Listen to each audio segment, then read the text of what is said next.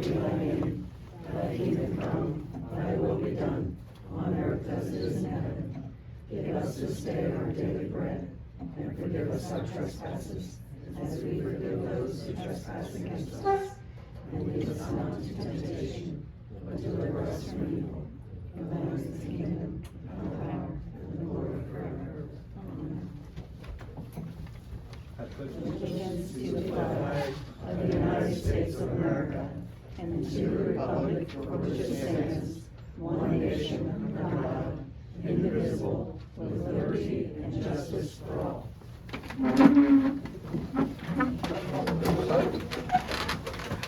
There's still seats up here if anybody wants them. Looks like 5. Well, it is really good to see this kind of turnout, and I'm really pleased that you're all here. Your attendance? Okay, Dave, Yes. Mary, Yes. Derek, Loretta, Yes. Susie, Jerry, Val, Yes. Okay, have a motion to approve the agenda. So moved.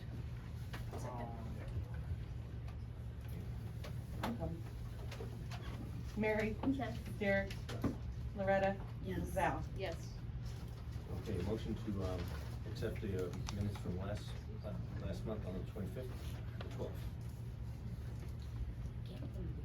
Do that Yes. next. separately? Yep. Okay, June 12th minutes. So moved. Second. Derek, Yes. Loretta, Staying. and Val. Yes. So does that mean we still can't pass those? There's majority quorum. Okay. Okay. And motion to accept the minutes for June 25th. Second. Derek, Yes. Mary, Yes. Val, Yes. Loretta. Yes. Motion to pay bills. Move to pay bills. Second. Val, Yes. Mary, Yes. Derek, Yes. Loretta. Yes. Okay, we're coming to the citizens' comments, and we have a representative from Wessler Engineering here tonight, and he's gonna be available for questions and comments and things like that, so I'll just take it away. My name is Ben Schrader. For those of you who don't know me, I'm an engineer with Wessler Engineering, overseeing the wastewater system evaluation. So about a week and a half ago, I did a presentation. That presentation was uploaded, I know, to the Facebook page, and has been provided to the village for review. So I'm here for two purposes. For one, a week and a half, that presentation had a lot of information to it. It has now worked through the community, so I'm sure there's other questions that have come up, so I'm here to answer some of those. But we also have a deadline for our engineering report to be able to submit for funding here at the start of August. And so the second part is trying to get direction from the village on how to wrap that report up. What direction does the village want to move in, so we can then modify our report and make sure we hit our deadlines for August. So the two questions that I need from the village is to figure out, on the collection side, we discussed rehabbing the vacuum system or replacing with a low pressure system or replacing with gravity. And then for the lagoon treatment side, I've been talked with Jay and the operator on what type of treatment system. They both came in at about the same cost as of right now. It's really just operator and village preference. I've gotten the operator's feedback. That's not critical for right now, but the other critical aspect of the lagoons is, do we want to pursue pumping the effluent or the discharge off the lagoons to the Blanchard River, or do we want to keep the existing site? And there's pros and cons to that. You can look at the PowerPoint presentation for the pros and cons between each alternative. And I can answer questions about that tonight as well. So those are the two real questions that I need guidance from the village. But then other than that, I can open myself up to the public for questions. Dave Hankins, something's gotta be done with the lagoons. Yep, That's gotta be a first, right? correct. The lagoons have to be done. That is mandated by OEPA. Do we got two systems of water dispersed in this town? We've got the vac and the gravity or something. There's like two different things going on here. Yeah, so you've got the collection system. The west side of the village has a gravity system. The east side of the village has a vacuum system. So the reason why you have two separate ones is because, beyond 20 years ago, the village used to be a combined system, which means the wastewater and stormwater all flowed into the same collection pipes. There was a big push from the state to then separate wastewater from stormwater. And so when that first separation started, the village started on the west side to separate storm and wastewater. And then when they got to the east side, they installed the vacuum system. The vacuum system collects it at a central vac station and then pumps it over to the gravity side. And then the gravity side takes all the flow to another central lift station, then pumps it out to the lagoons for treatment. But it's not separate. So it's not separate, but there is a dividing line in the village that separates. They're not totally separate. They work in conjunction with one another, but it's two separate ways to collect your wastewater. Why is it so much trouble? Vacuum systems work by, they need to maintain a negative vacuum in order to operate efficiently. And the issues that the village is seeing on that side is you have trouble maintaining a vacuum. And when you lose that vacuum, that negative pressure, then there's no way to suck it to that central station, and the water will just sit in your vac pits. It'll sit in the lines. And when that occurs, it'll shut the system down. Any way to make the whole town one system so it all works? The options would be to, again, right now the west side, we did field inspections on the west side, the gravity side, and our televising, our smoke testing yielded some issues, but nothing critical. The televising, since it's only 20 years old for most of that piping, it's in really good shape, which we would expect after 20 years. On the east side is where your existing pumps, your existing infrastructure, your vac pits are starting to fail and need replacement, rehab. There's things at the central station that are outdated, and as things age, seals break down, components break down, and that's where the village is seeing their issues and therefore not able to maintain negative pressure.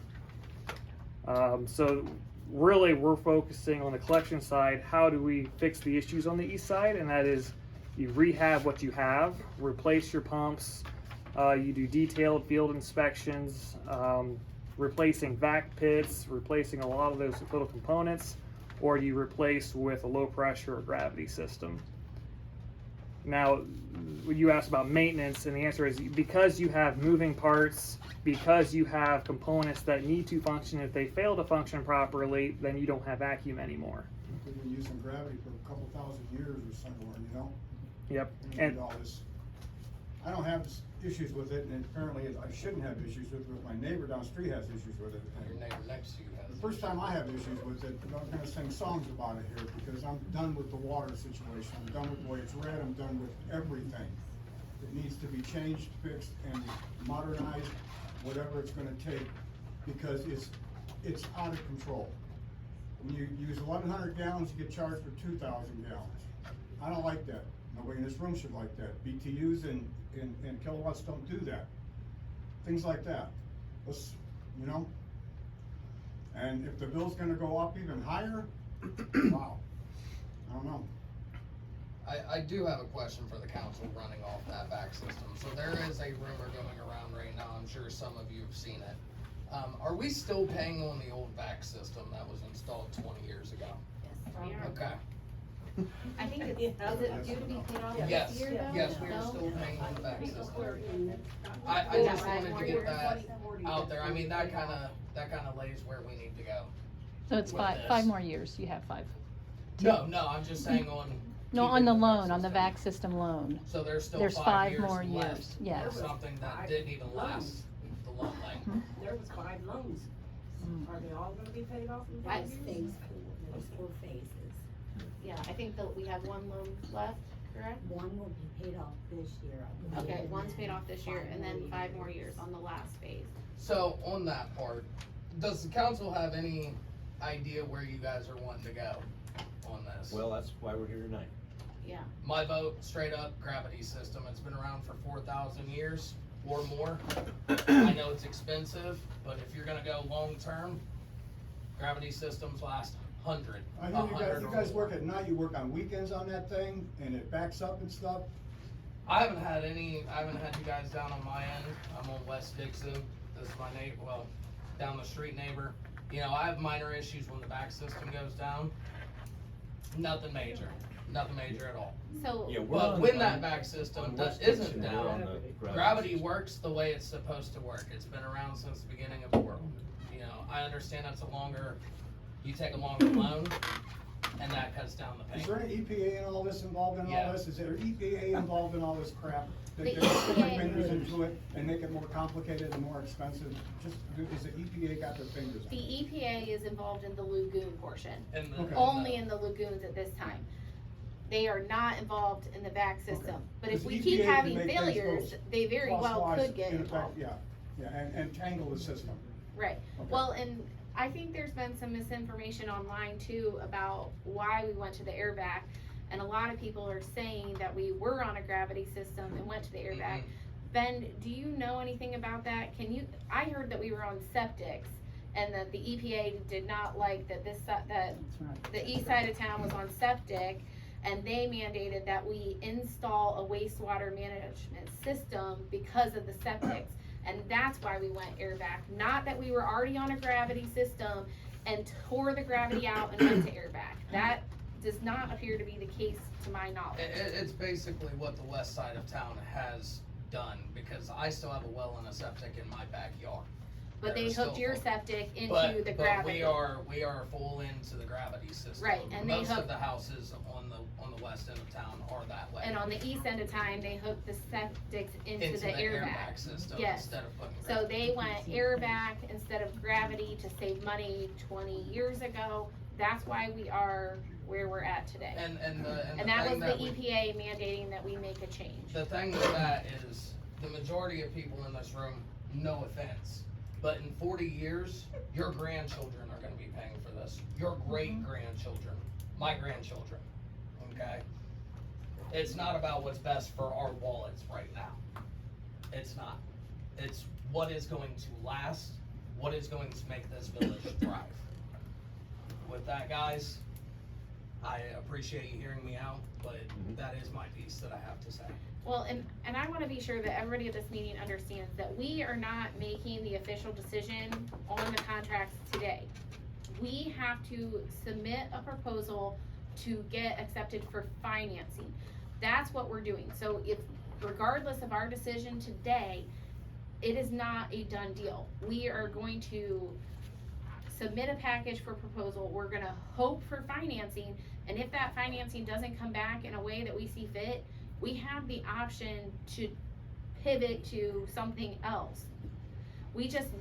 But if we don't ask for it, we're guaranteed to not get it. If we ask for the gravity and the financing comes back and they say we can't afford it, then maybe we pivot. But if we don't ask, we'll never stand a chance. So, I say we go for the gravity because it's the best out of the thing, or out of the three, until we get it. We don't give up. We say this is what we want and that's what we stand firm with. If that's everybody's decision in this room as well. yeah.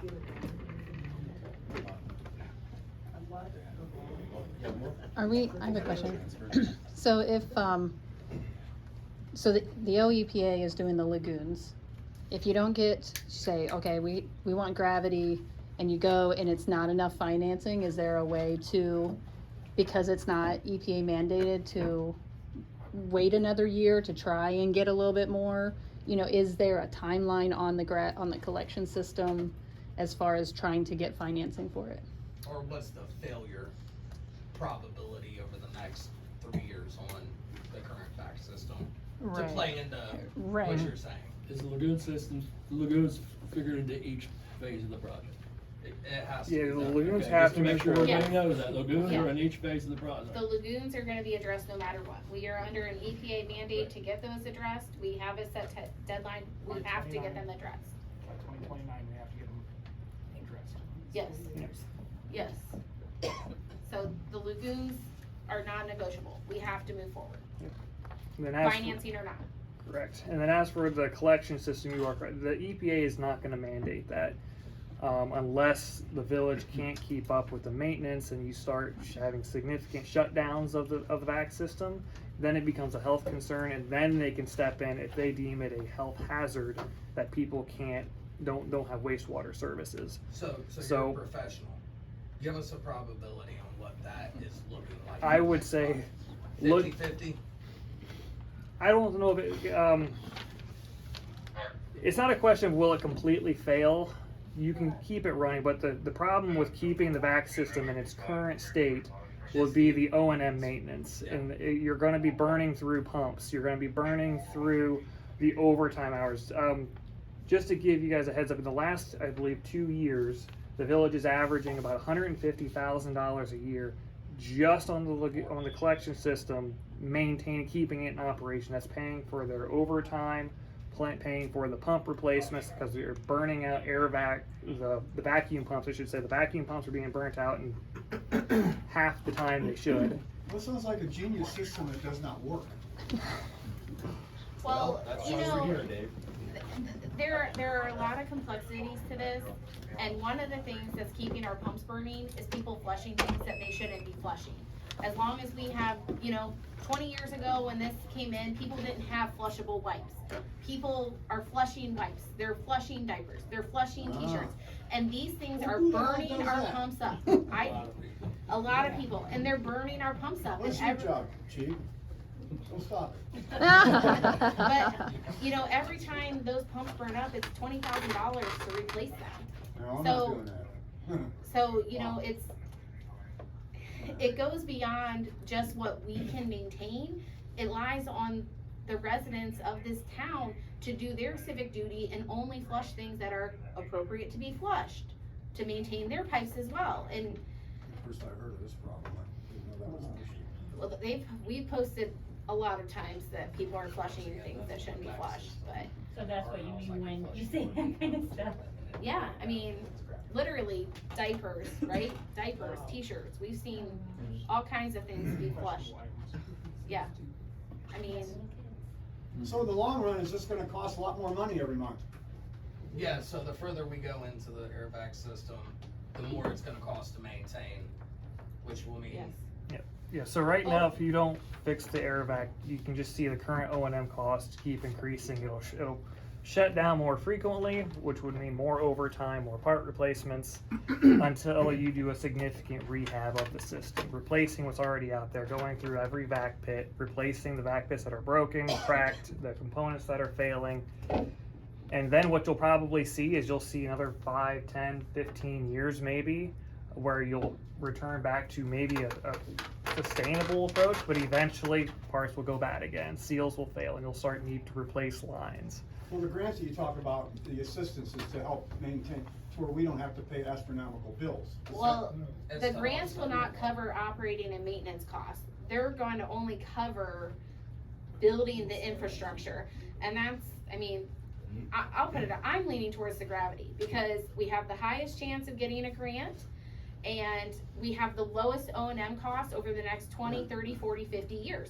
So it costs more upfront, but over the 20, 30, 40, 50 years, it's gonna cost us less if we can get financing to help secure it.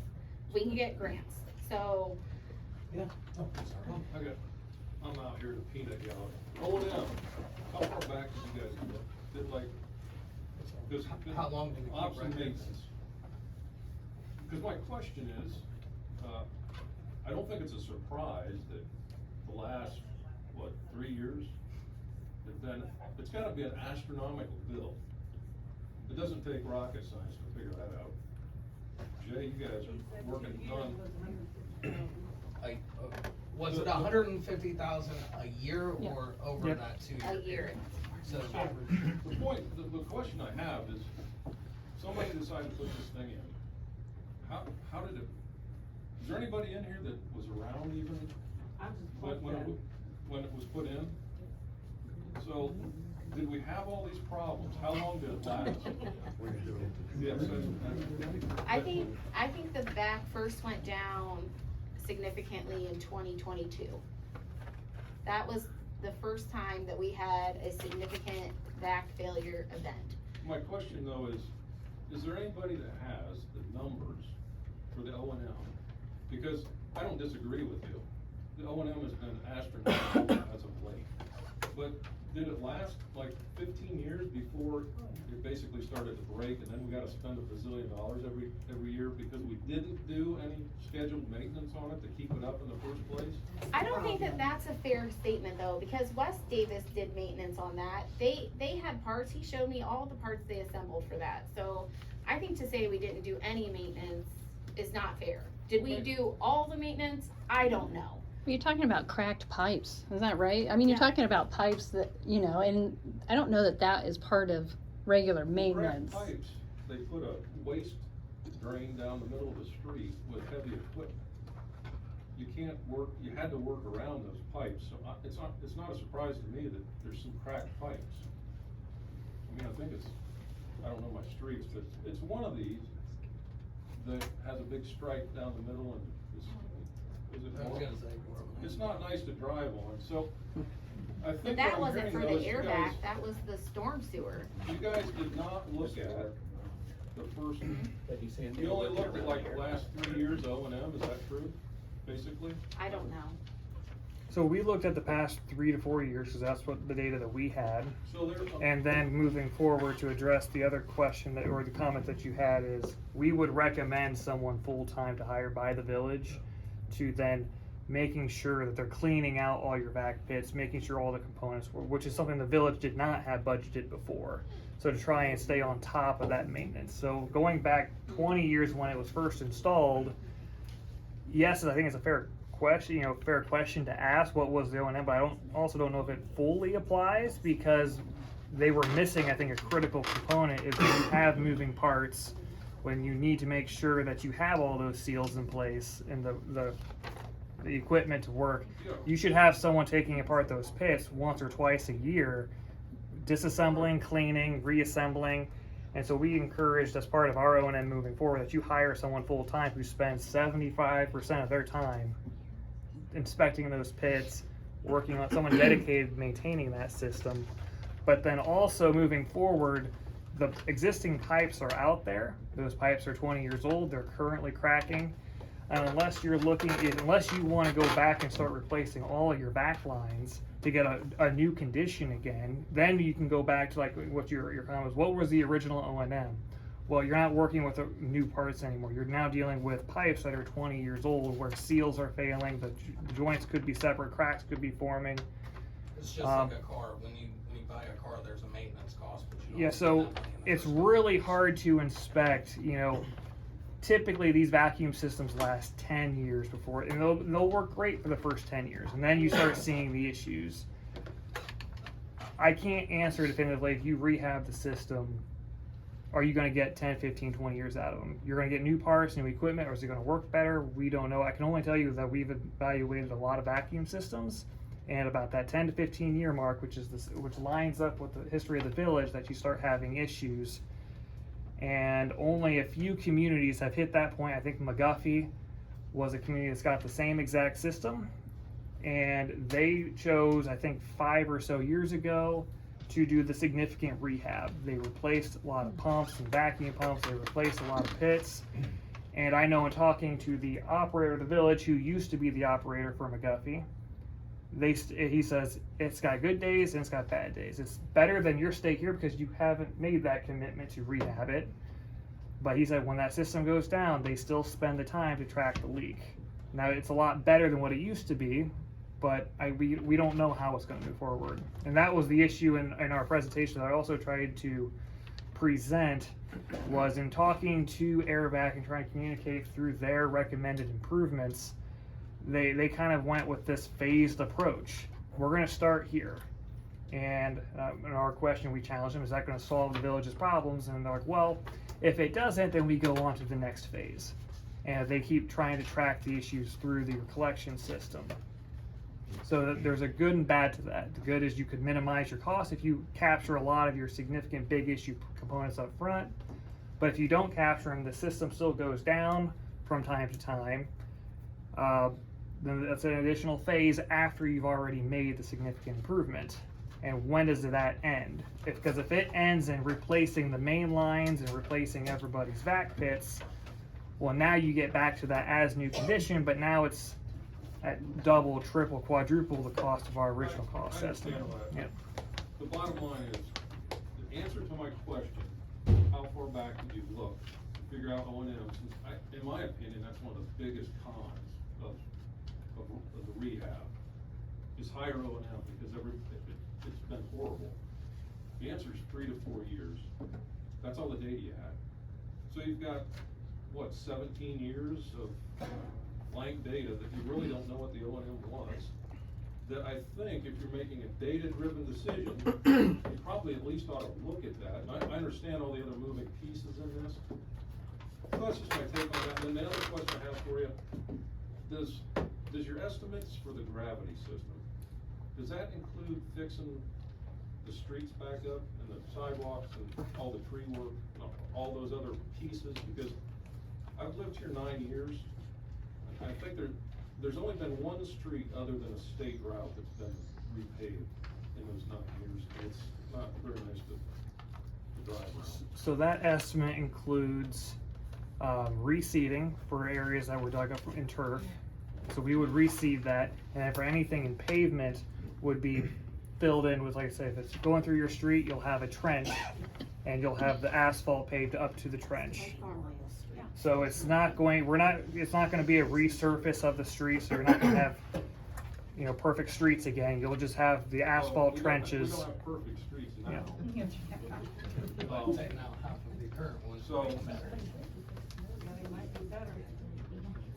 You're gonna fix what you don't know. Yes, we'll fix what we're not going to leave it stone or anything Okay, like but that. you say you're gonna fix it, so here's my question on that. You would have to have an estimate for your cost, right, on fixing all this back together? Mhm. Well, my question is, how can you have an estimate when the city doesn't even have an idea of where the system's lines are at? How do I know? Because when I did my fence, they could not produce anything that said where a property line was, so I had to have a survey team come out and do it. Okay, so there's my question. So we had 811 come out, and the city comes out, the guys that came out could not find the line. They said, oh, well, we think it's supposed to be here. So we made sure we were at least a few feet away from that, and guess what? We still hit the vac line. So if you're missing 3 to 4 feet, that's a lot to excavate. If you dig, now we gotta go another 3 feet over. So are you accounting for that in your estimates? And then beyond that, if you're replacing all the lines going through everybody's yards, for my yard example, you would have to take up or go under my fence twice. So are you guys gonna pay to disassemble my fence and then reassemble it and make sure that everything is back to the way it was? And secondly, whenever you dig a hole and you put dirt back in it, you lose some volume because of the compaction it's not the same. So then you have to add backfill. Is that also in your estimates? Yes. And so when we put these estimates, because you're correct, there's a lot of information we don't know. we don't have, we're working on maps. That was part of our project. So we have a general good idea of where the current backs, that's only village utilities. There's a lot of other utilities we don't know. We don't know where all the easements, the right of ways, all that information is. Only a survey and submitting OOPS tickets and getting that utility information will provide that to us. So when we did our cost estimate for the gravity system, we tried to assume worst case scenarios, which is 100% of those lines being under pavement. Typically, there's not too many utilities that are under pavement, and then it costs more because now you have to repair with asphalt, which is more expensive than turf or stone or anything like that. So we try to assume worst case scenarios. And when you have linear jobs, a certain percentage of that goes back towards restoration. That typically comes out around anywhere from 15 to 20% typically come back for restoration. We also put a contingency number on top of that. So we tried to be as conservative as we can with the estimates right now, and that's because of all the things we don't know, but also the fact that this is 2 to 3 years in the future and a lot can change. So when we submit these, when we are at this level of PER, we try to be very conservative, and we try as a company not to sugarcoat, like, oh, you know, if we actually think the system's gonna come in at 20 million, for example, we always put a contingency on top of it to try and account for unknowns, because the worst thing that we don't wanna do is to give a false impression for the village, to say, oh, it's gonna come in at 20 million, and then it comes in at the 25 million, right? And then not only does the village have to rework the rate studies, we also have to go back to funding agencies, say, okay, we need another $5 million. That is a very difficult thing to do. And so we try to be upfront, we try to give ourselves as much of a cushion as we can, because it's always easier to go back to, okay, actually, let's bring that number down in time. That's what we try to do, but we don't know. And so like I said, we try to be very conservative right now with our numbers. I also want to be clear here that these aren't going to go exactly where the VAC goes, because the VAC has to maintain function until we can tie in. So the likelihood of them digging under your fence to lay the line is probably not very likely. So they're just gonna leave the back line there even once they're disconnected from it? You're just gonna leave it in the ground? I would For it to I grow? would assume that that's what we're going to do. That is the typical process. Almost every community would abandon in place. Yes. It is very costly to pull out existing utilities. You're now double the number that you have now. But if you're tying back in the same, are you gonna tie in the same area to the houses as the back system is? Correct. So then you'd still have to go under my fence twice. Well, and one of the things to consider too is the homeowner's responsibility. I was gonna say, who's responsible for tying into these new main Yeah, lines? that's what I was Because gonna ask. when we went into the gravity system, the homeowners were. Right, They and when were they did the responsible for access, the connection. homeowners did too. So, Yeah, that's a does great yours question. include Right around there. So- connecting to the homeowner, or does it bring it so far then the homeowner has to do the rest? We put a budget number to that. Now, as for, that's one of those questions that can only be figured out when designed. Because what will happen when we go into design, when we figure out where the best placement for the gravity mains are, we then have to go back to the laterals to figure out where are the lateral systems. Because if we can tie easily into a lateral, that's a very small number. For other houses where we have to do a rework of the lateral to get out to the main line, obviously more cost. So we estimated a general number for each lateral connection at this stage and have that factored into our cost estimate. But as for when we get to design and we start getting back to real numbers and start figuring out, well, this is where the laterals need to go. Typical processes are the village will provide everything up to the right of way, and then homeowners can be responsible from the house to that point. But in terms of projects like this, it has gone both ways, to where sometimes the homeowner is responsible for that 50 feet or whatever, however that distance is, and other times the village has paid to go all the way up to the house. So right now, we've just budgeted a general number for lateral connections. Just out of curiosity, how much does that typically cost if you put that on the homeowner? Like, I wasn't here when we tied in the first time, so. Again, it depends on a lot of factors, but maybe a few thousand, if that. I mean, it really depends on how long do you need to extend the laterals. In this case, everyone has laterals to a back pit. Right. And so that is a central location. You could tie into the existing laterals to get out to the main line. We can keep, depending on where the main lines need to be, some homeowners might not have any cost at all, or very little cost, and others might have more, and those are just decisions that I can't answer right now. But when we get into the design phase, if this gravity system were to move forward, then we could provide better numbers for what that'll look like. But to be clear, you're going to reconstruct what you take down. If you take, I have to take the fence down, you're gonna put it back down. Yes, if there is, Sorry, we have two people asking a question at the same time. so to answer your question on restoration, if a contractor needs to take down your fence, the contractor is responsible to put your fence back up. And that is very common for every linear job. When you get into trees, unfortunately, that's a different story. Yeah, but if you're talking a post removal and you need a post in that area, you can't put just a post right back in. So you're gonna have downtime, and then somebody's gonna have to come back. Correct. So that's gonna be a huge headache for the the person that owns the property. Yeah, but you can get into temporary fencing in the meantime, because you are correct, you can't put a post there until the ground's settled. But the contractor would probably put up some kind of temporary fencing until they can come back and redo your fence the proper way. Again, we've seen it for fencing. Sometimes it's responsible contractors, sometimes it's the homeowners. They get their own contractor and then they invoice the project. I mean, there's different ways to do that kind of restoration. But to answer your question, if they get into flower beds, if they get into fences or any kind of other infrastructure that requires to be moved out of the way, they are required to restore it back to as if condition, as if they never touched it. You may have answered my question, I couldn't hear everything you said.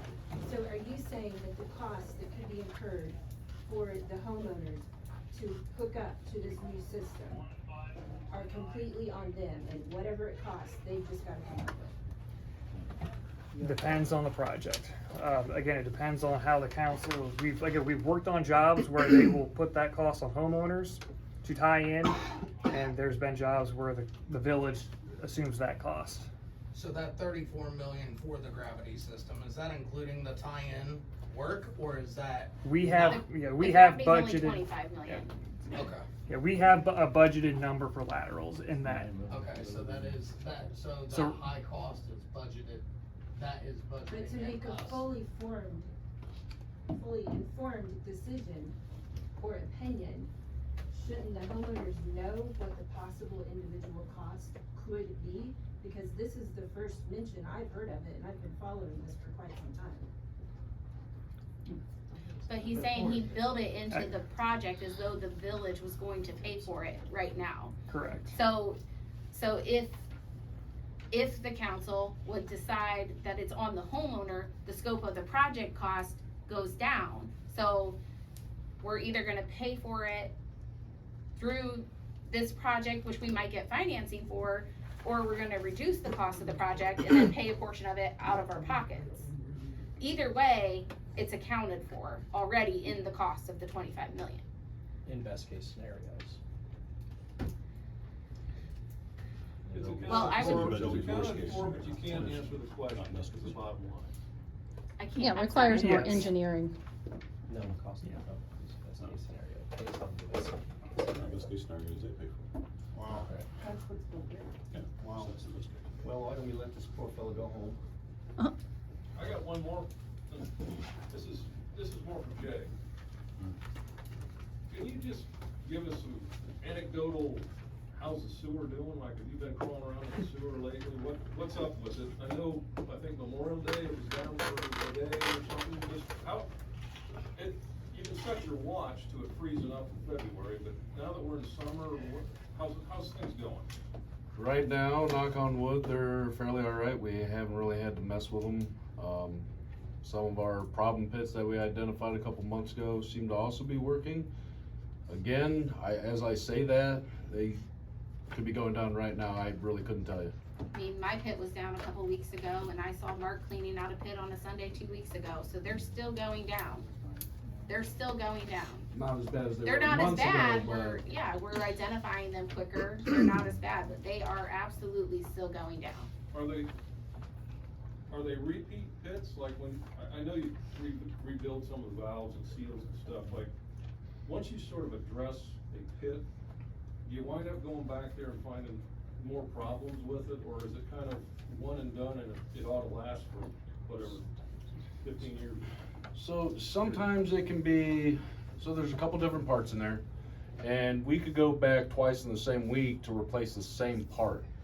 Other times where we can go back and it's one part this time and it's another part the next time. And we don't really see that the same thing is generally happening throughout the whole line. When we have the same pit that does it more than once or twice, then we do a full address of that pit, replace everything in it or clean out everything in it. And then usually we don't have a problem with that pit.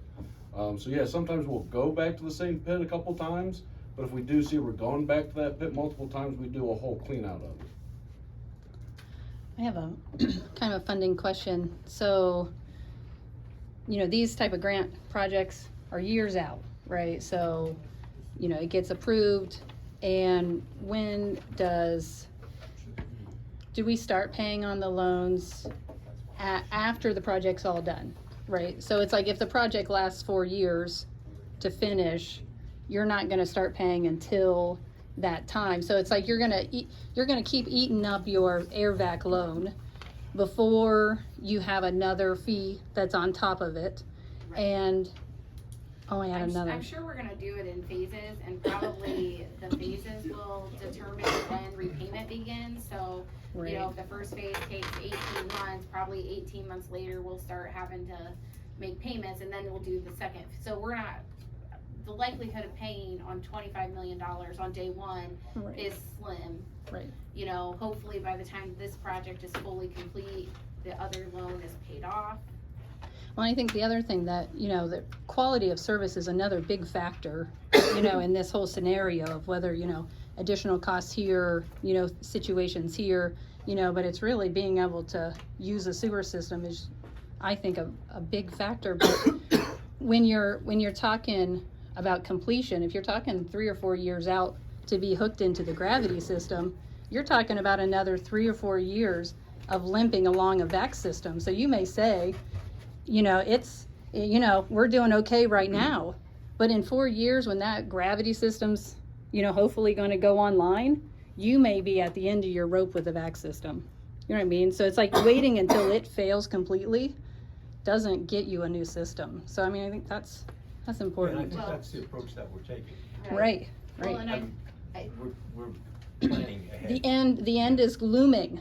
Right. You know. Well, and I think that Ben has already addressed this before, but this vac system cost doesn't take into consideration the fact that we're gonna probably have to do this again in 15 years, right? They have about a 15-year life expectancy, so we're saying 2.5 to rehab it. 15 years from now, it's probably gonna be $4 million with inflation, and we're gonna have to rehab it again. This $11 million over 20 years doesn't include the cost of rehabbing the facility again and again. And your O&M, That doesn't have sounds your like a O&M. total genius, ridiculous thing.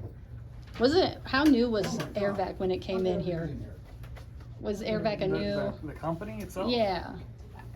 Oh my God. Vacuum systems have been around, I don't know, for 40 or so years. They're mostly common in Southeast United States. Yeah. They're super common in Florida and the Carolinas, and that's just because those systems stay above the water table.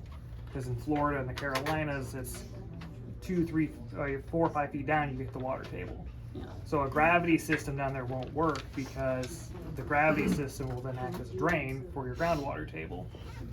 And now you're treating groundwater, and that's super costly on the wastewater side. So the vacuum system and low pressure systems are more common in Florida and Carolinas to stay above water tables. So failed experiment. And so there's not too many north of the Mason-Dixon line. They're more common in the south.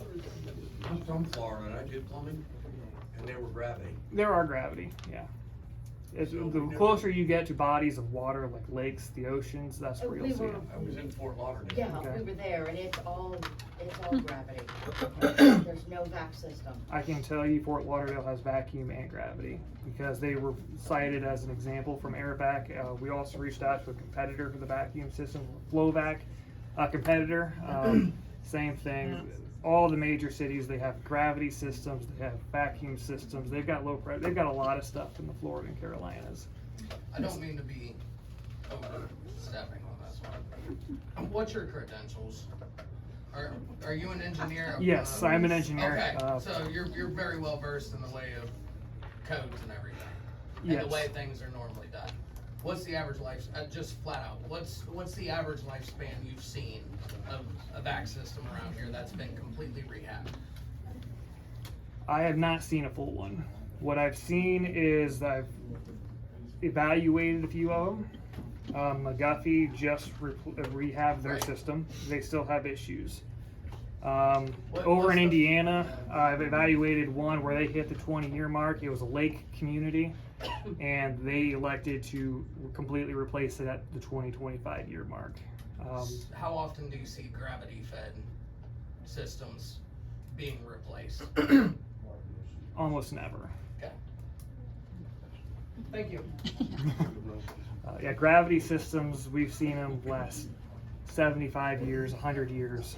It all depends on how well were they installed. If they had a good contractor and they were installed, there's a lot of, a gravity line can collapse, but it's normally a localized repair and it's back up and running. Where we've done multiple projects where you can line sewers, and the lining company, it's a cement internal liner, so as soon as if you can stay on top of your televising, flushing, and keep good maintenance, and find out, okay, our gravity system looks like it's starting to crack, we're starting to get some more I&I infiltration. You can line it with a cement liner. There's a whole lot of that technology out there where you can then get, and they guarantee those 20, 30, 40 years on top of the existing pipe. And so, like I said, I've never seen a gravity system replaced with low pressure or especially vacuum, unless there are other issues at play, such as some gravity systems are 30 feet deep. That's incredibly expensive to install these days. That was probably installed not using the best OSHA requirements. And so to reinstall a gravity line 20, 30 feet deep, super expensive and costly. And those might get replaced with a low pressure system, or you just add additional lift stations to not go as deep. But like I said, to answer his question, very rare. Then I got one more, and I promise this is it for me. It's more for council than you've been, but you're an integral part of this. I think it might have been said earlier, but I couldn't hear it because I'm in the peanut gallery. We have to do something with the lagoons. So we're gonna have to try to get some money, fix the lagoons. That's a must. It appears to me, at least from the peanut gallery of people just wandering around town that I've talked to, have you guys thought about, at least, and maybe possibly discussed, the possibility of saying, you know what, we may not be ready to make a decision on the sewer part of this just yet.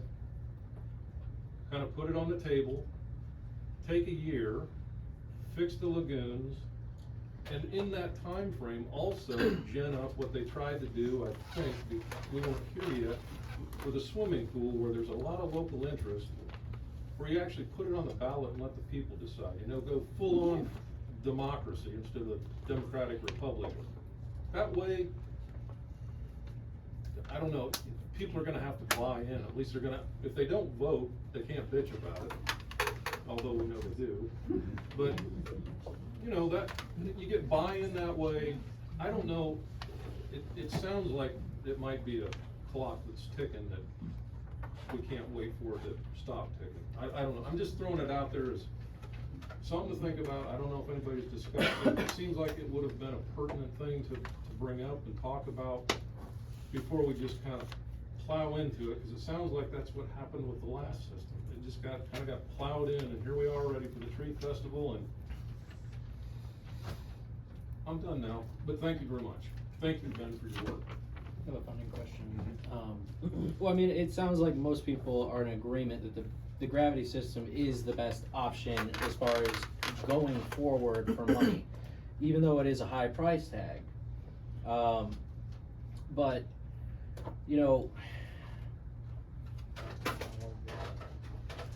also a lot of the end cost to the residents is gonna hinge upon getting these grants, is what it sounds like.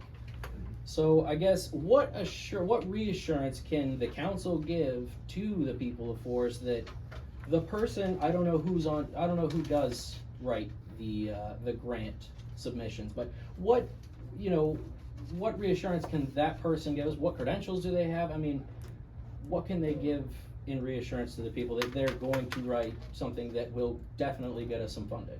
Well, that's why Wessler is engaged, yeah. The definitely aspect of it is, that's not enough. Right. Yeah, but Wessler was engaged to help. They know these financing agencies, they know what funding is out there.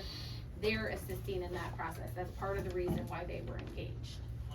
And I think maybe you were at some of the earlier meetings where the timeline to get a decision is to present it to the funding, and then the answers will come, and then you can make your final decision based on the answers. If they don't get the grants, they won't. So that's kind of the process that's kind of being missed. This is like, we gotta tell them, here's the project, how will it be financed? This is a preliminary. How much of that's gonna be, interest-free, blah, blah, blah. Then we come back and now is it feasible? And if the answer is no, then we change. So Yeah. they're not deciding on anything. No, I'm aware of that. Yeah, That's the if answer. we That's don't- how we're gonna know it. It's not gonna be unknown when the time to make the decision comes. Right, if we So don't get you, any. so you write the grant. Yeah, we would write it in coordination with the village, and then there's a rate consultant on board now. It'll be the three of us writing the grants and presenting it to the funding Do you have a agencies. pretty high success rate with grants? Typically, there's formulas. I can tell you the village would qualify very strongly for a lot of them just because of the certain financial status of the village. I also think they would score very highly because we can cite that the vacuum system presents a potential health hazard. And so I think the project would score very high. And therefore, we know you'll get some level of principal forgiveness, some level of grants. How much, we don't know, because it also depends on what other communities. I mean, there's communities throughout the entire state that are applying for the same funding. And it all comes back to the grant writers when they decide where does that funding and where, who gets it, and and what percentage. And then there's always the possibility that you never know, that sometimes there's offshoot, like Governor DeWine has an H2 Ohio program that they periodically fund. It has been kind of tabled for about a couple of years now because they haven't refunded it. Well, they just passed a bill that will get some additional funding, so we can expect that grant to pop up. We're going to pursue every grant that comes up. And our approach is to keep the collection system and the lagoon system improvements together because we believe it would score higher as a complete project. And then as we present it to the funding agencies, we will let them decide how best to implement. So as someone said, is EPA mandating the collection system? The answer to that is no. They're mandating the lagoons have to be done. As for the collection system, it's really a decision that the village and the council have to make in terms of how, can you stomach the current state of the system for another year or two as you pursue more funding? Can you stomach this for an additional 5 or 10 years if you want to build out a gravity system? And some of those questions we can't answer, but I can tell you that just means you've got a vacuum system for another 5 or 10 years, and how much money you want to keep putting into the vac system. So right now I can only tell you our approach, and that is right now we think it's going to score better keeping them together. If the funding agencies want to separate it because they think they can apply more money to it, that has happened many times before, and it opens up for potential additional funding, separating these projects out, but we won't know those answers until we get that initial feedback. And as for when do you pay off your loans, if they keep it as one giant project, it'll be completed sometime in 2029, because that's when the lagoons have to be completed, unless we ask for an extension, which we would need costs to do that. But let's assume everything stays together, you won't start paying on that loan until 2029, when the project is completely finalized, finished, all the funding agencies sign off and give their stamp that, yep, this project is done. If you start breaking it out into separate projects, you start paying on those loans as soon as that project is done. So for example, if you separate the lagoon work from the collection system, and the lagoon work gets finished in 2 years, so 2027. As soon as that lagoon job is done, you start paying off that loan. And then if you have phases to the collection system, that again, assuming that is an option to pursue, phase 1 will be a separate project. Phase 2 is a separate project. Phase 3 is a separate project. And you'll start paying off those loans as soon as those jobs are done. So I hope that answers some funding questions. So we won't know those answers again until we present to the funding agencies. So once you put this in and you find out the grants you're gonna get, and we decide that that's not enough for us, and if we decide we wanna do the rehab of the vac system, you have to go back and do all new grants and stuff? Yes and no, because we would present that to the funding agencies. So like that's going back to where if they provide a percentage, or maybe it's a firm, this is what you're gonna get, we're gonna present that option, let them know that, hey, this is on the table. We just want you to know, if the village decides we need, because they wanna know what the rates are. That's the biggest thing I think the citizens are concerned about. They want to make sure the rates stay reasonable when the village supports that decision, but if they find out, so when we present it, yes, we're hopefully going to get some answers on the assuming the gravity goes forward, If you don't like it, we'll let them know that we're gonna wanna drop back, we can do that. It'll just be a revision of our report, changing a few paragraphs to say this is what we're recommending, this is what we're moving forward with, and then they'll finalize that package for funding. Because the back system, to replace it, like you talked before, does have a lot of more safeguards and things like that, warning things and. That's an option, and yeah, we did try and budget for those. Again, but that also adds to O&M costs to maintain. There's Right. monthly and yearly costs for warning systems and. Yeah. A lot of difference price-wise too. So I just have a general question, or a general statement about, kind of what was mentioned earlier, as far as I've been learning about grant processes and, you know, you hear stories and it's a really bad situation when you go in and you have Wessler come and they put all their work and effort, you know, their whole heart into doing this project, council's doing this project, you know, you present it to funding agencies and they're doing everything they can. And I know even in Hardin County, there are situations where, you know, council comes back at the last minute and they go, oh, we don't want to do it, right? And all that work, it all just disappears and you just end up with what you have.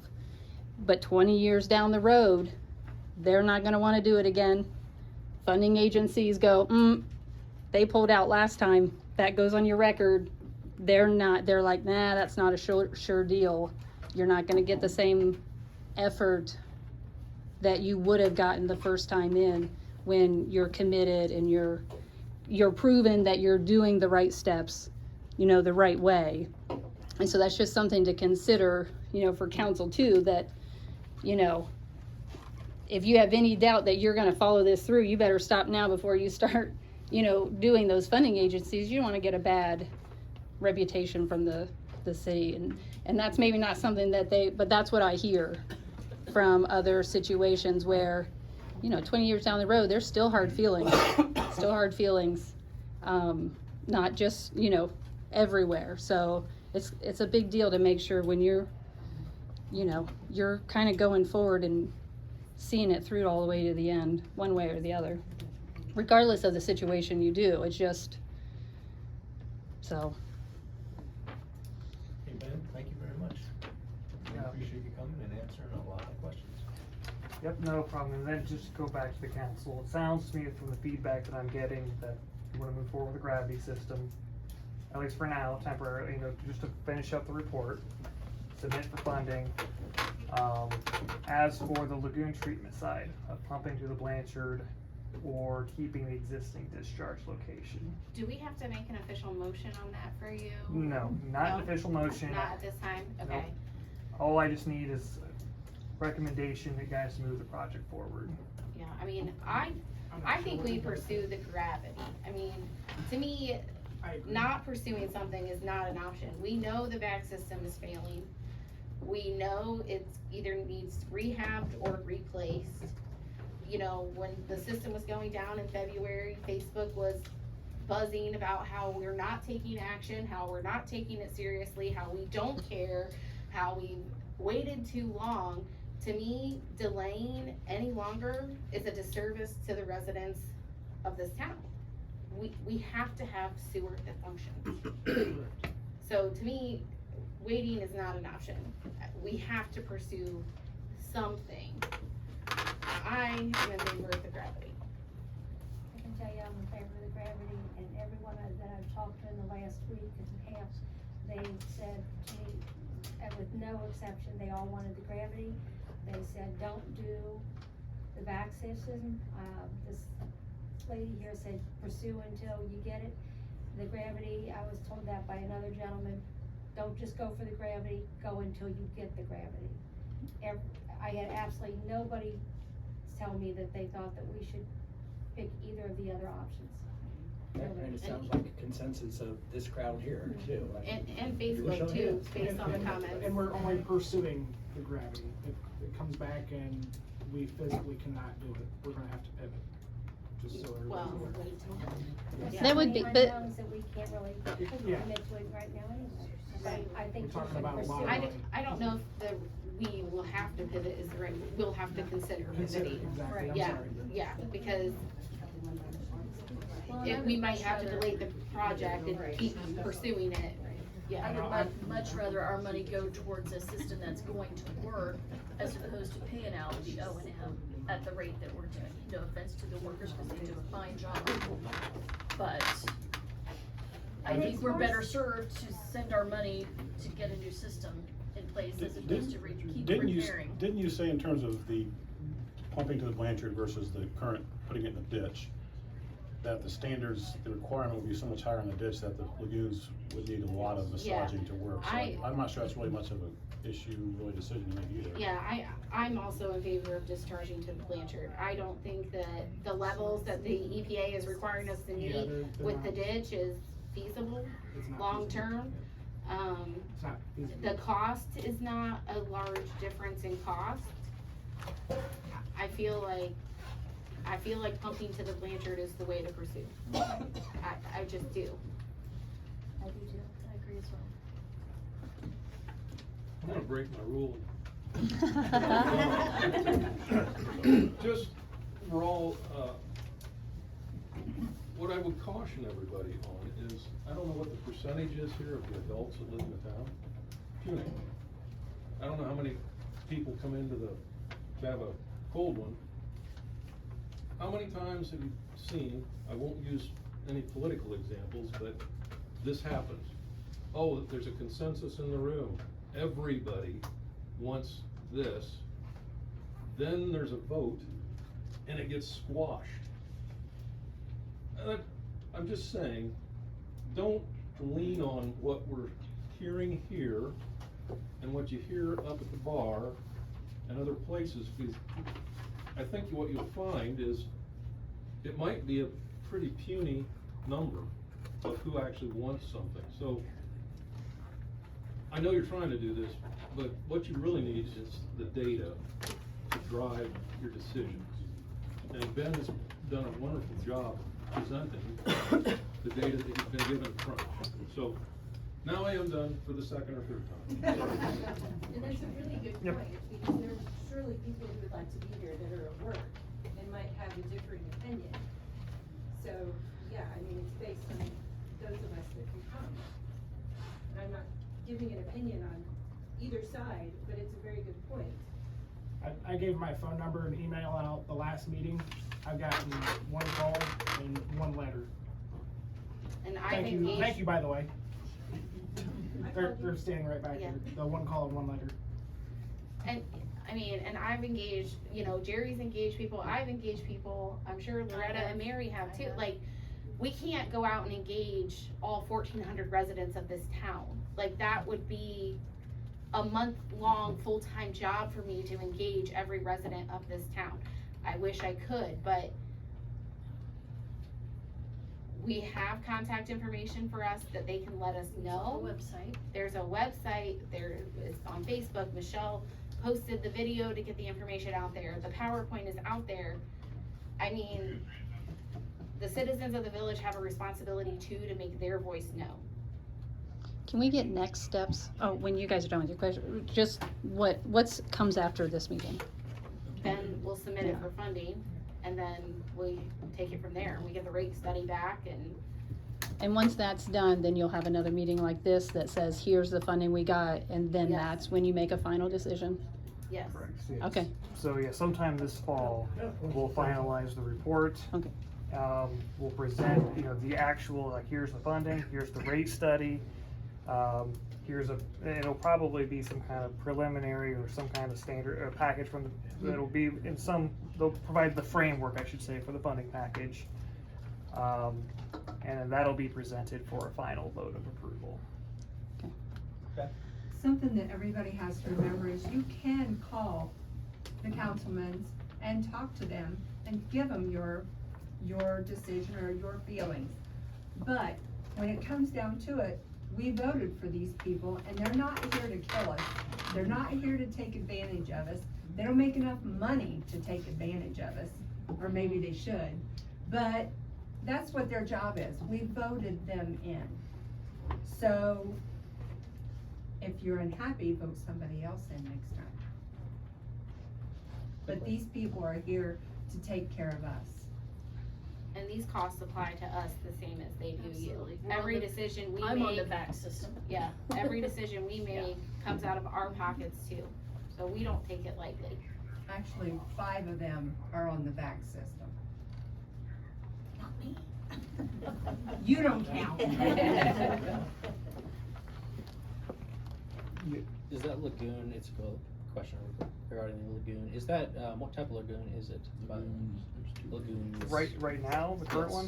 one, you have 2 cells. It's considered a facultative lagoon, meaning there's no additional treatment, equipment, aeration. It is, facultative means that it's just letting nature do its work.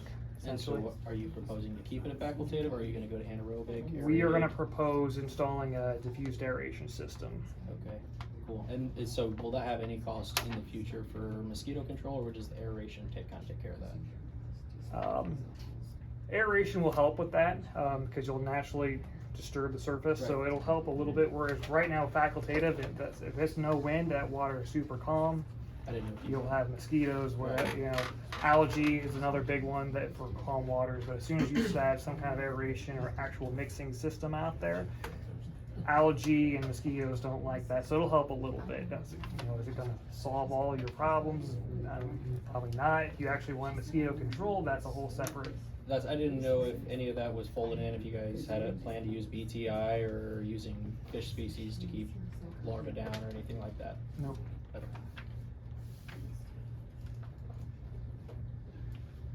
Okay.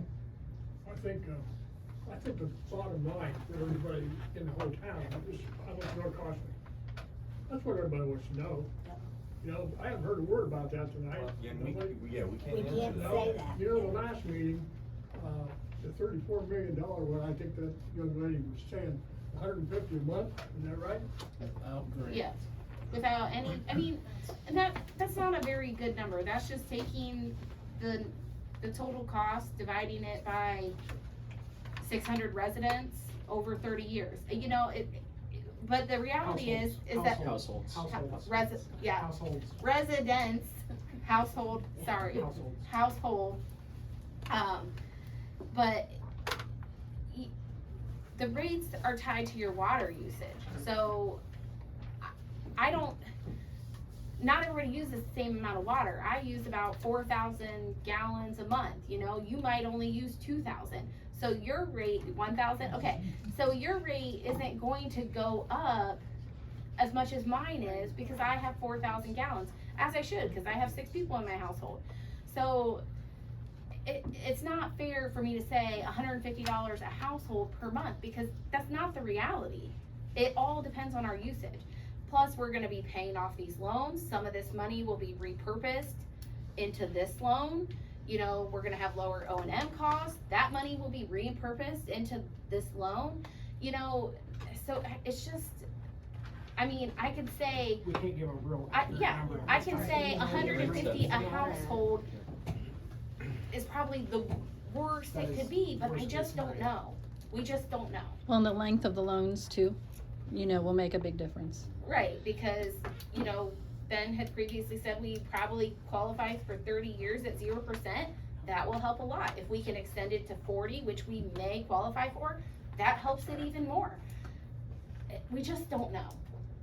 The important thing is your gravity system is not going to fail before you pay off the loan. Yes, yes. Yep.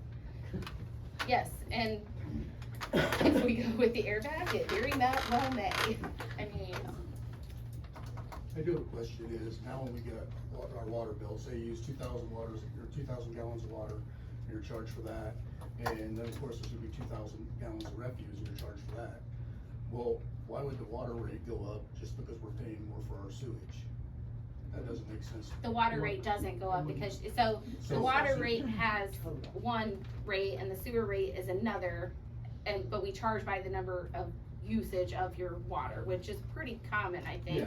Yeah, and it makes sense that the water I use would also be charged for my refuse. Yeah. It's two separate. They're two separate rates though. Yeah, I realize that, but will it stay that much separate? Well, they have to stay, the funds have to stay separate. That's, I knew there was two. yeah, that's a requirement. They're separate enterprise funds. They have to remain separate.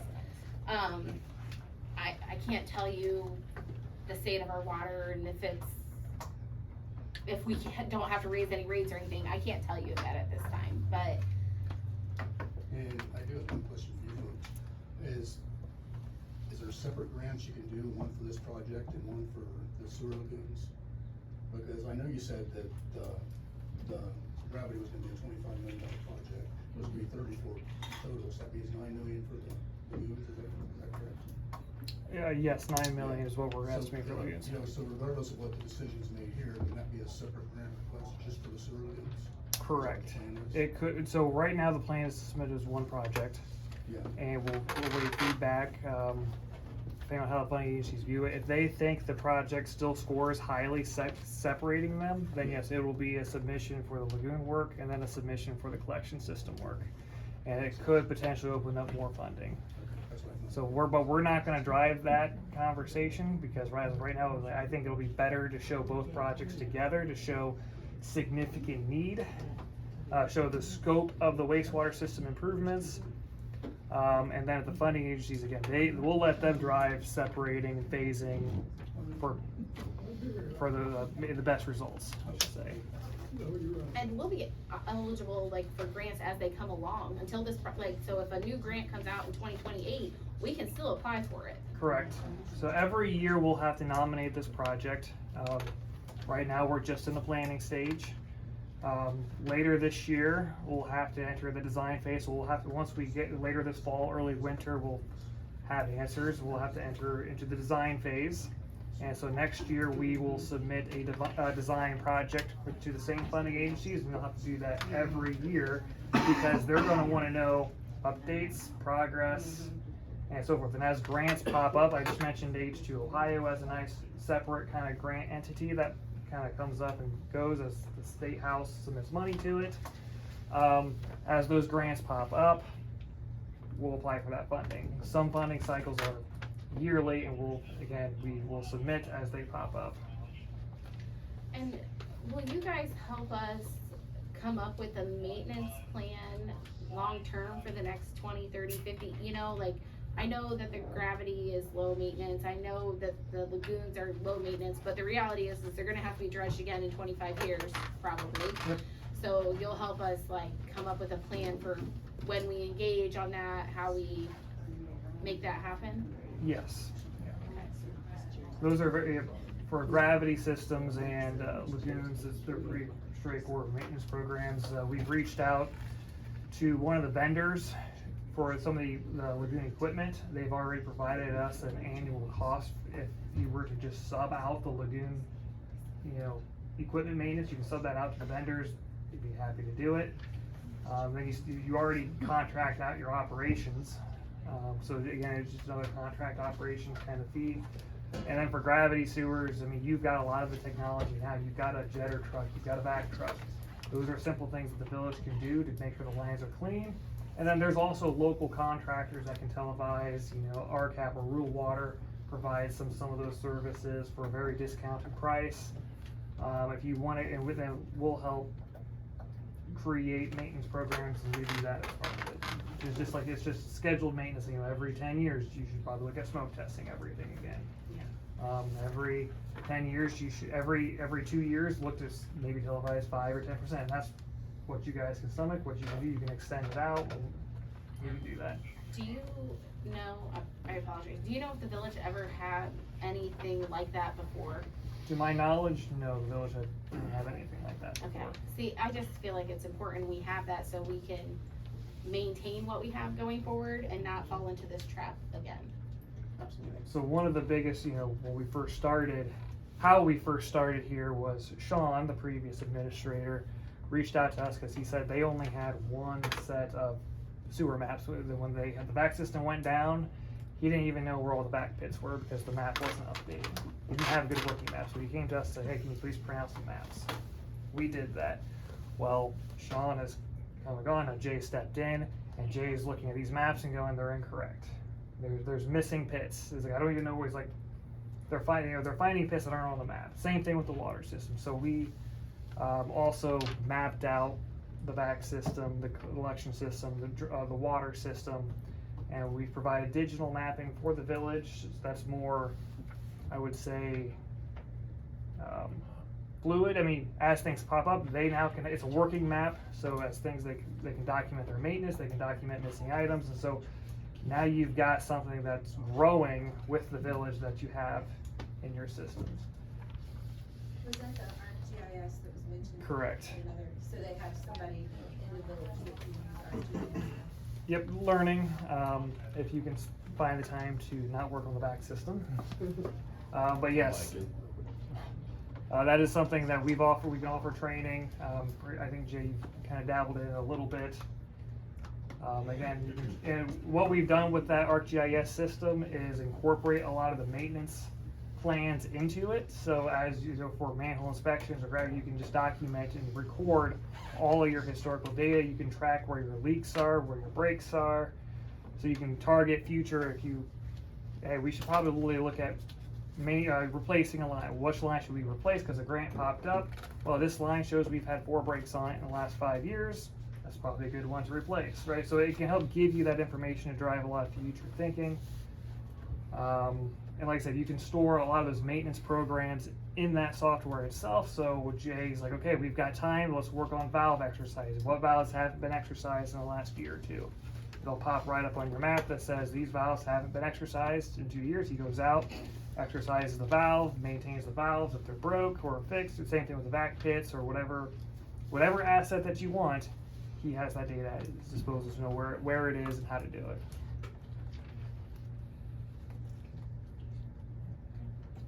Thank you, sir. Thank you.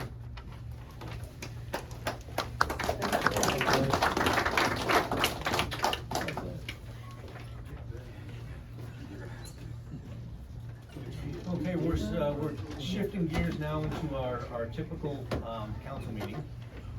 So it's, you don't. Mr. Mayor? Yes. I violate my thing. Is it possible, I think most of the peanut gallery is here, are you guys gonna conduct any other sewer business tonight, do you know? I think we're gonna have a fiddle with on which of the 3 systems. You are gonna vote Oh, we are. on it? They said we didn't need to. Well, I'd like to have that in the minutes. I was gonna say, if you're not doing any more sewer things, that probably most of the people are ready to go. Well, you guys. That'd be the only thing that we would do. Well, the sewer rates. Sewer rates. Oh, yeah. There are other sewer stuff. Okay, anybody have old business? Okay, these are your sewer ups. You're welcome. Service committee discussed, when did you have those? They are? I don't think I put numbers. Oh. Do you need it? Do you have the actual numbers? Oh, no. The 5%? It was a 5%. Will I fit back there and go to my Hey office? guys, they are still having a meeting, so if you're gonna attend the meeting, we'll need you to be quiet. If not, we'll have you step outside, okay? Yes, because I don't have numbers. Yeah, that's probably helpful. And Oh, hopefully I since fit we're back here. not raising it, it's 5%. Oh, that was me. Because per our ordinance, we can raise 5%, but no more. Yeah. Per year, calendar year, And we haven't done it this calendar year. and we have not done it yet this year. And I think we last did it July 24. 5% of the base price, of the base rate? Yes, I think it's base rate and And per 1,000. per 1,000 gallons, yeah. The ordinance states that we cannot go past that 5% without ordinance. Correct. And I think we all understand that we're operating at a deficiency in our sewer because of the number of pumps that have gone down at the back system this year, plus the overtime hours. We still need to maintain this thing We for the still next need to. 4 years. 4 or years. Whatever. Plus, if we don't show that we're trying to keep our funds in the black, then we will be ineligible for grants. So, Or at least at a distinct disadvantage. yes, yes. So, I mean, want to do it, but I don't see how we get away with not doing it, knowing where the current fund balances are.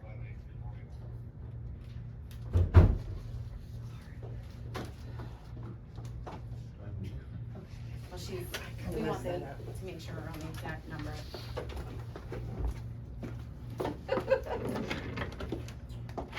So, okay, so it's looking like base is going from 2365 to 2483 per 1,000, going from 765 to 803. So a 38-cent increase on per 1,000 and $1.18 on base. I will move to approve.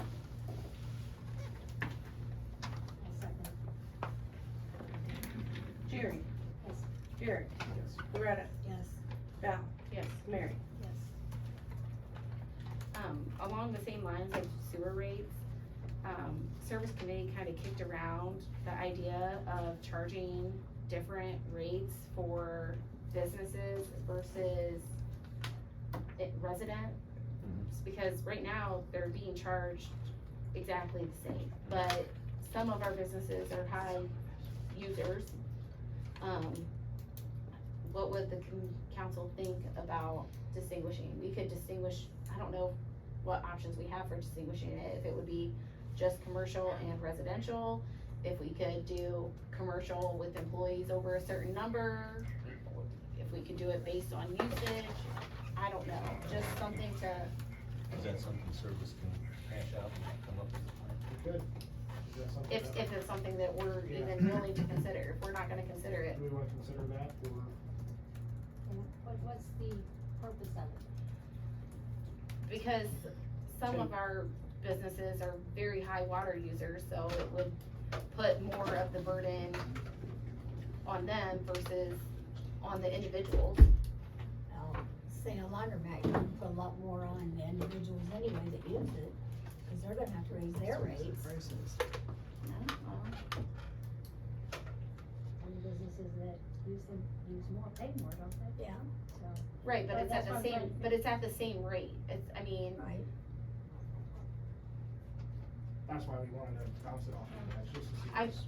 I think it's pretty common in municipalities to have a residential rate and a commercial rate. And we have them distinguished as separate in the ordinance, but we have the rates the same.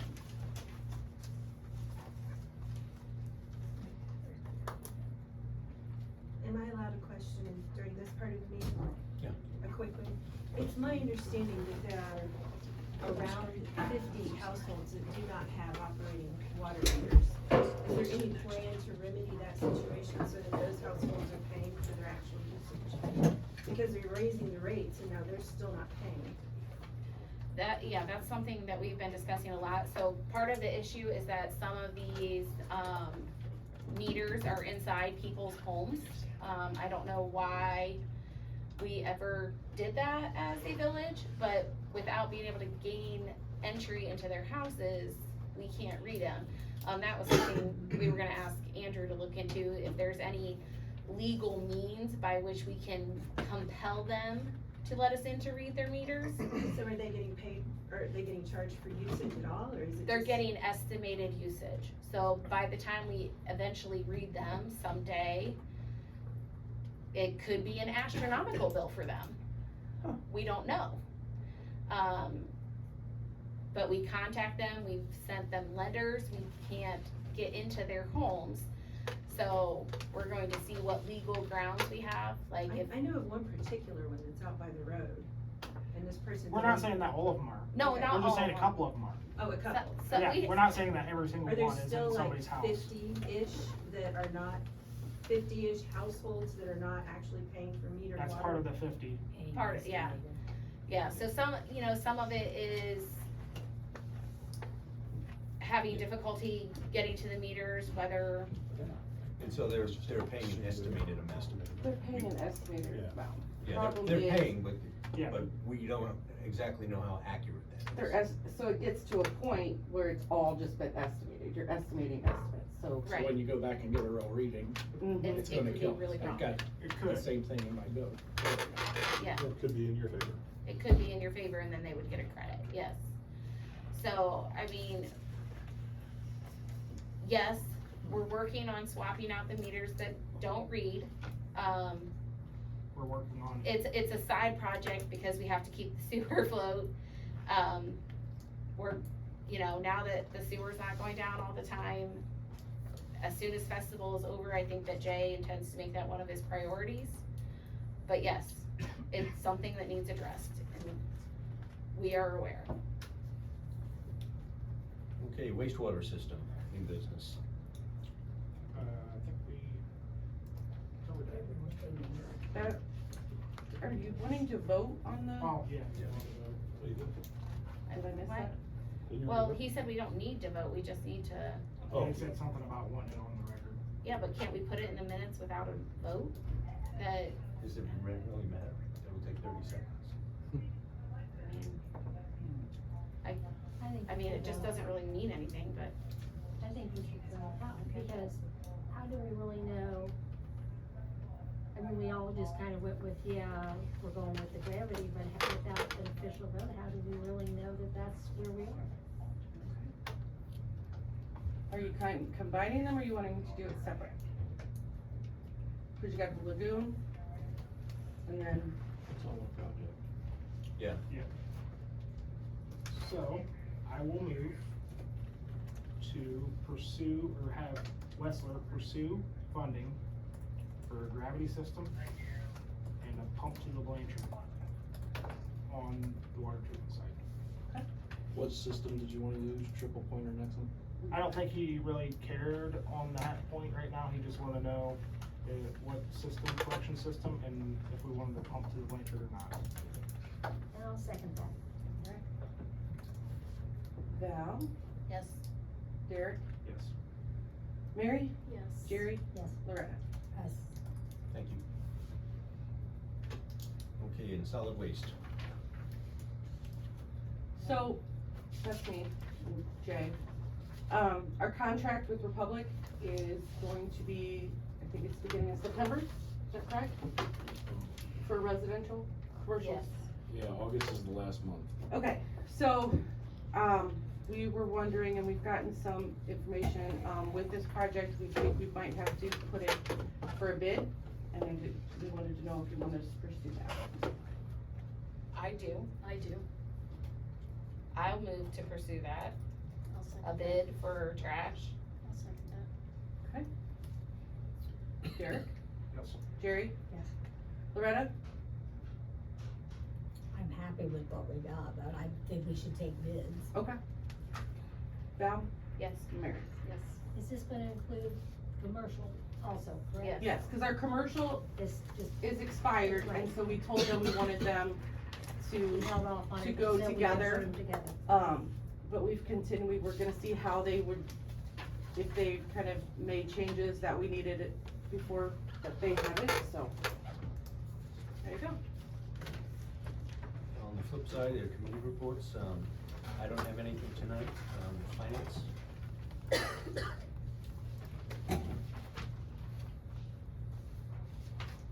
Well, we met, we signed bills. We know we're gonna have to get an ordinance drafted for the sewer reallocation. We haven't gotten the bill from the rate study yet, but we know that that's coming up to pay, so we wanna get money moved over so we have funds to pay it when it comes. Did talk to Ben, he said, cause we had asked last time and they were gonna let us know, because we have that planning grant, Yes. or grant, loan, if we could pay the, I'm so tired, what is it? Survey, yeah, study.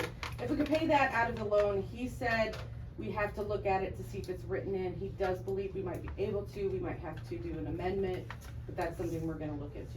Okay. And that's 15,000, that's it? But we have to do it. I just wanna make sure I did it. We also discussed, going back to 2 meetings per month. Yes. Yes, we did.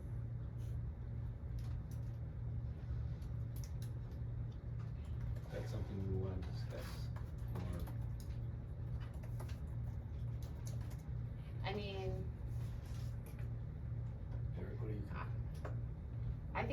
ORC reads that we should have 2 meetings a month, but I know. If we need to have them, we need to have them. I had sent it to our solicitor, and he was going to look at it. The way I read it, no, it was 2 times a month. How about 3? Trying to curl it. We just hear it every day. I always thought that have one, and then if something came up, you just called an extra meeting. But I think those are called special meetings, and those don't count, but the way I read the ORC is you have to have 2 meetings a month. If we have to have it, we have to have it then. That's why I asked him, so I sent it to him for review, and we're still working on that. Oh, so you don't Still in know if review. it's I didn't- required or not. I don't have an answer for it. As But I'm much looking. stuff goes on in the village, I think it might be better to have you two. We'll get back to you on that I one. mean, another time a month is not, me, it's not And gonna it kill me personally. may cut down on the individual meetings we need to have too. Yeah, I do remember at the beginning of the year, we was trying to do most business and committee meetings to try to cut down on length of actual council meetings, but sometimes it works, sometimes it doesn't. That's safety. We're meeting, I think it's posted, is it posted? You told me about it, and it should be. I'm sorry to back up, are we gonna do 2 meetings, or are we not gonna do 2 meetings? I mean, you guys tell me when there's a meeting and I'm here. Were we waiting on an opinion from? Well, the question, as I understand it, is 2 meetings required? I think if you wanna have more than 1 meeting a month, you certainly can. Can we pull it up right? So if, I don't wanna be that guy right now. If you guys feel that we need another meeting a month, go ahead. I'll be here. 705 point there. See, look at me. Must meet at least twice a month at times prescribed by ordinance or resolution. So the way I read it was, you have to meet twice a month, but by resolution or ordinance you say when. And it used to always be the second and fourth Thursday of the month.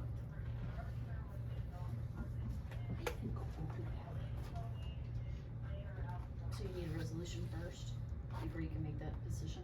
Well, if the law says. The we don't resolution do would it. be what time and days you're gonna meet. Gotcha. Cause right Do we now, have a resolution? our ordinance says the only one that I could find years ago says you meet the second Thursday, I think, at 7:30. So our ordinance has us only meeting once a month. I believe so. And I would wonder if you can write a resolution for that outside of the annual meeting. So I don't know if you have to declare that. Let me look Yeah. into it, all right.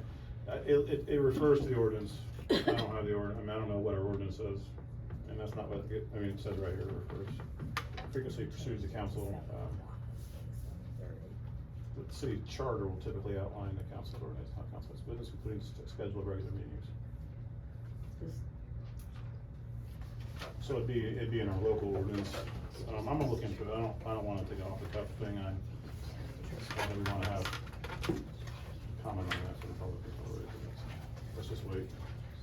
But again, I don't think there's a, we're not talking about whether you can plan to have more if you'd like to have more. The question is, what's the minimum standard, I think. I think that we wait and see what the response is to the ordinance and the ORC reading, and then we follow our solicitor's advice. I will give you a full report. Okay. I'm sorry. That is on me. She did send that to me, and I was just swamped last week, and I didn't get a chance to look at it. So it's not here. It happens. It's not Brenda's fault, that's for sure. So the only thing the safety committee has is that we're meeting So July you will need to twenty-second let at us know. 11 p.m. here at council. 11 p.m. or 11 a.m.? When was that, Oh, Jerry? a.m., 11 a.m. I'm yeah. sorry, when is it? July 22nd, 11 a.m. I don't think I have it posted. Chief? Just hand it out. I don't have handouts. For the month of June, the police department handled 219 calls for service. We had 27 traffic arrests and 5 criminal arrests. The auxiliary donated 162 and a half hours. And aside from gearing up for the festival, the only thing we have looming is the National Night Out, which will be the first week of August. Is that Tuesday? I think it is. But there'll be more on social media about that as it comes closer. Can I say one thing? We kind of purposely had one of our auxiliary people, because we wanted to give her this experience, testify in court last week. And we didn't want to need her to, but we wanted her to. And she did a fantastic job. The judge even said so. So you got a sharp kid there. Yeah. I can call her a kid. No disrespect. Auxiliary Corporal Her, who said, I said, yeah, Tudor's gonna make you testify. And she says, if I knew that, I wouldn't have voted for her. Trying to train her, trying to help her. But no, She'll thank me later. She did really do a good job testifying.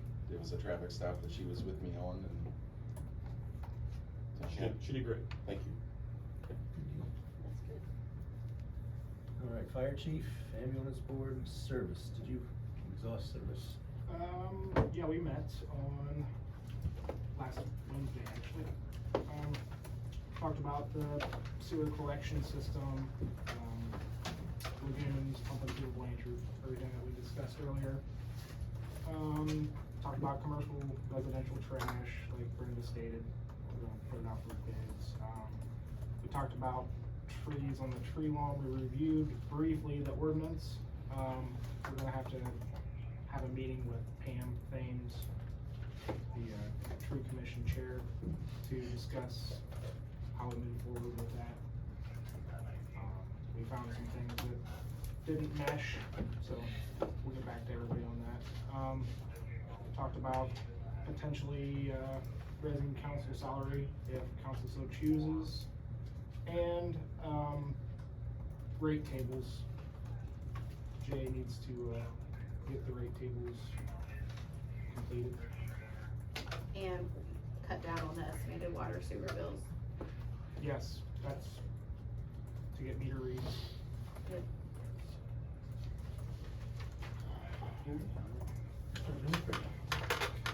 I've got nothing, I'm sorry, it's administrator, not solicitor, my bad. He's not usually sitting behind me. Just doing preparation for the festival still. We did get electrical done out at the park. Got the pond taken care of. Now we're just kind of cleaning everything up in preparation for it.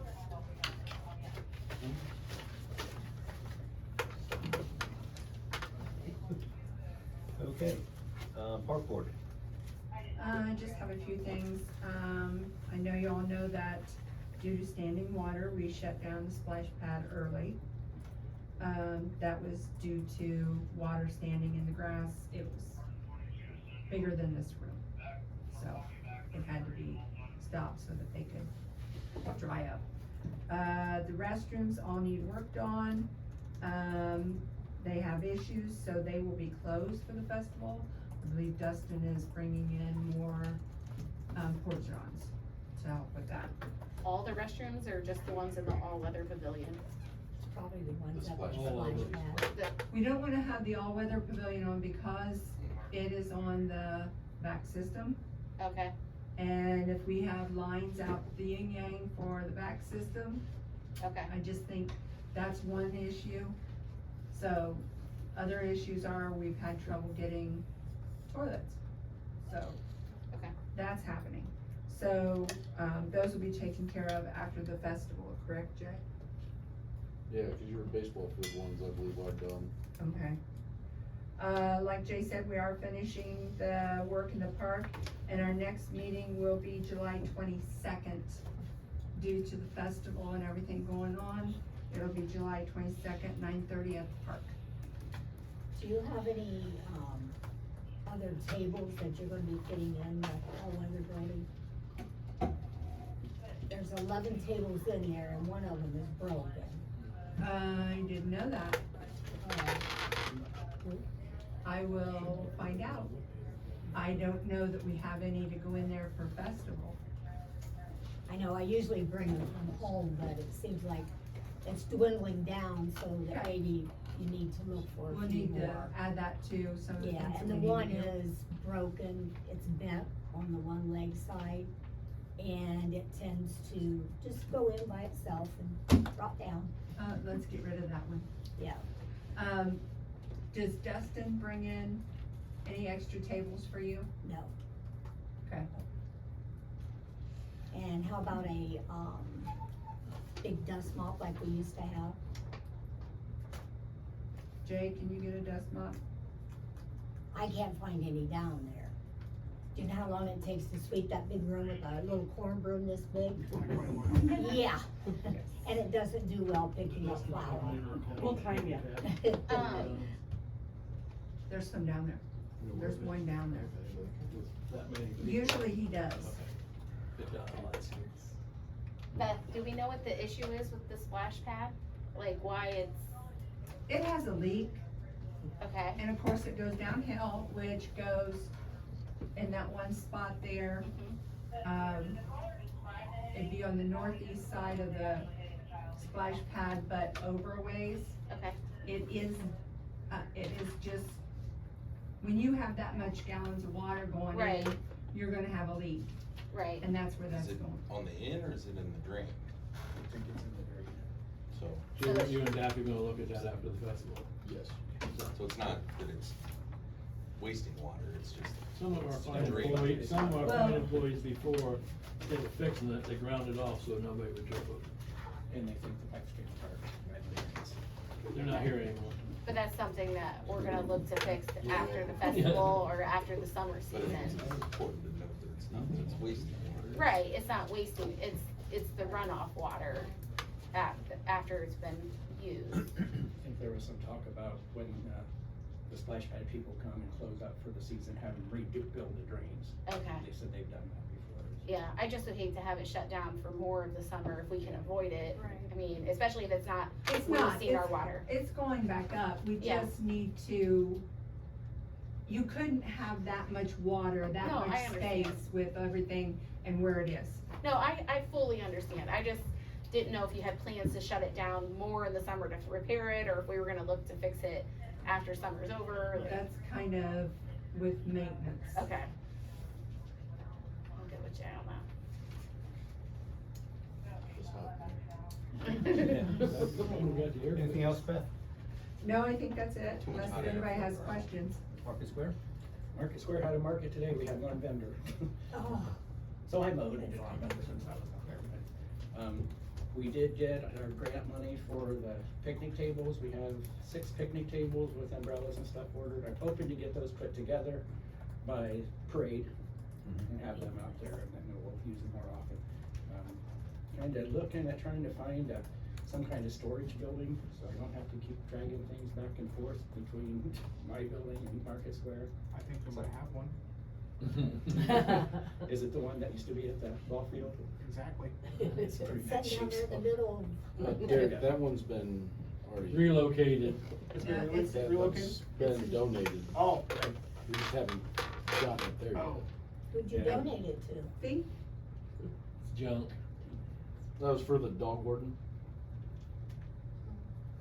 I've got a couple, somebody gave me some suggestions on where we might find some cheap ones, like some repossessed ones and stuff, so pursue that. How big do you need it? I don't know. I'd have to look at the stuff. Other than that, for Market Square, like I said, we've got events coming up. I think there's another market in 2 weeks up there, food vendors and stuff, like, when it's hot, they haven't been showing up, so it's so unpredictable on a lot of those people.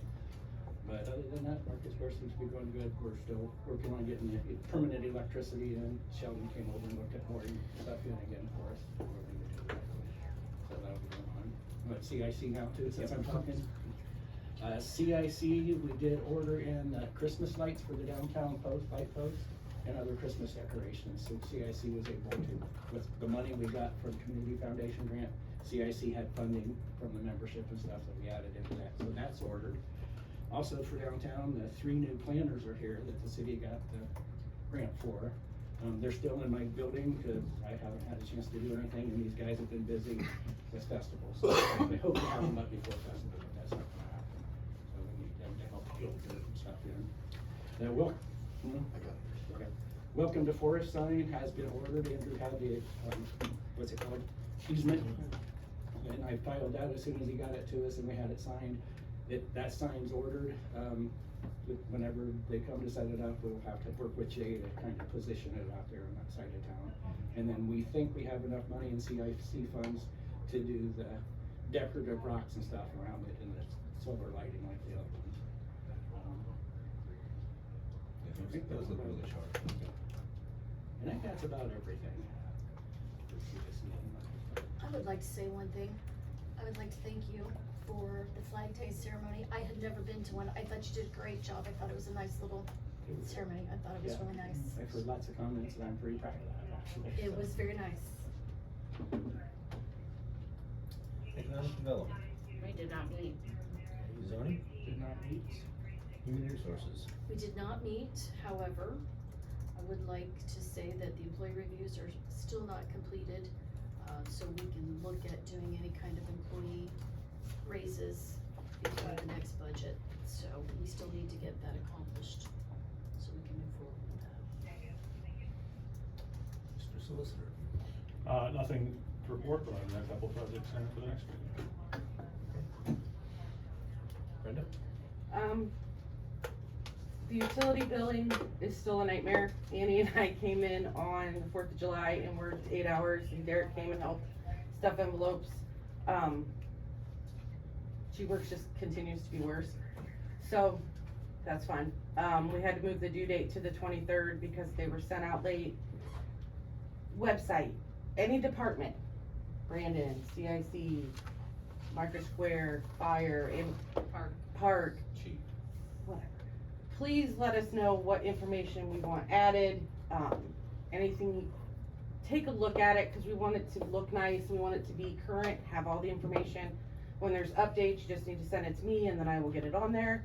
One of the features, and it does work, is there's a box where they can send messages and they come to me and then I will disperse where it needs to go. So just please look at it and update it. Thank you. Get the credit card payment thing fixed? No, that's G-Works. Okay. Yeah, G-Works told us that we could use a plugin that we told them wouldn't work and they did not listen and we launched the site and like expected, it did not work. So we will keep writing G-Works to get it to work. Okay. Anything else from you folks? Yes. The VFW auxiliary is wanting to start a project to have the veterans flags that we see in all the other towns around. We didn't know who we had to go to get permission. I love it, I don't. I think it's a great Yeah. idea. Yeah. Is that a CIC thing? I don't know. It's the banners that are up there was a CIC fundraiser when they took place and we just sold that subscription again, so we'll have to talk about it at CIC.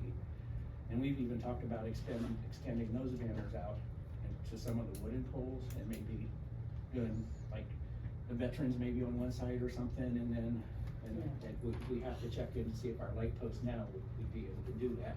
Have veterans on one side of the pole and then the other side have the businesses. That's. I like that idea. Need to talk See about. how they do theirs. Okay. Oh, sure. Okay, so it's okay through here as long as we go through the CIC and work with them? I think that's fine. I think so. Yeah. I agree. Yeah. Okay, thank you. Okay, well, thank you all for coming and for the lasting through the marathon meeting. And thank you for your involvement with our sewers questions and stuff like that. So. I move to adjourn. Second. Alright, Derek, Jerry, Loretta. Mary. Yes. Good. Tim's getting along.